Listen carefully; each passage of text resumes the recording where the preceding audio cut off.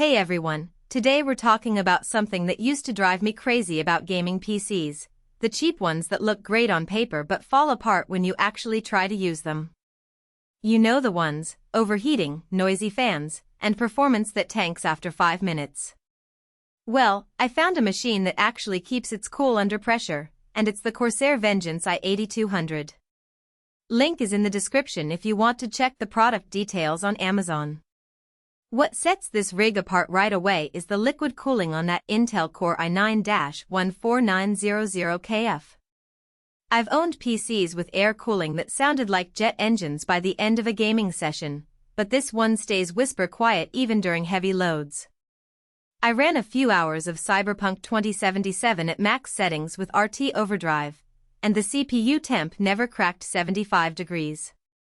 That kind of thermal headroom means you can push the system further without worrying about throttling.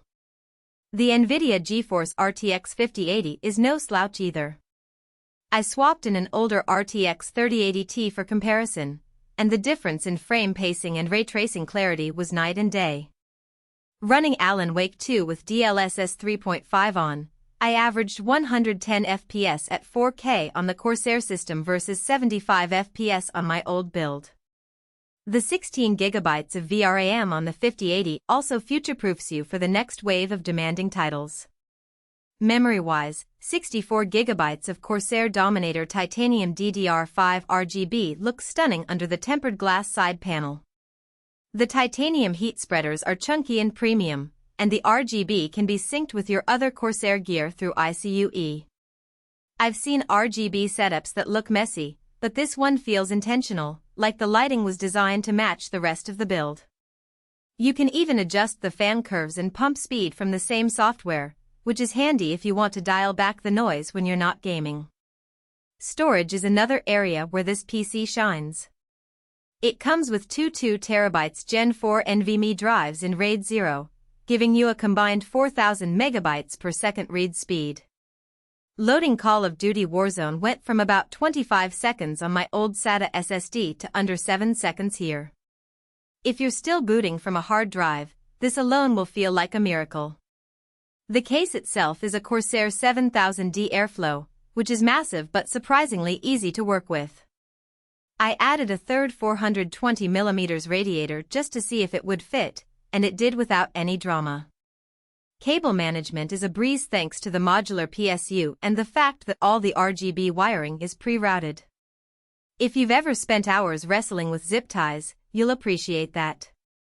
There's also a 1000-watt Corsair RM1000X PSU under the hood, which is overkill for most people but perfect if you ever want to upgrade the GPU later. I plugged in an external capture card and ran OBS without a single hiccup, so streaming at 4K 60 is totally doable straight out of the box. Now, no PC is perfect, so let's keep it real. The Vengeance i8200 is heavy, about 45 pounds, so moving it upstairs isn't something you'll want to do every weekend. Also, that liquid cooling loop is factory sealed, so if it ever fails, you're looking at a full RMA instead of a quick pump swap.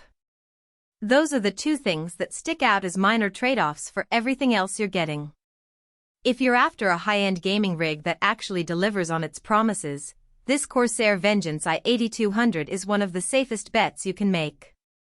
It's quiet, fast, and built to last, with just enough RGB to look good without going overboard. Check out the link below if you want to see the current price and any bundle extras. Thanks for watching, and I'll catch you in the next one.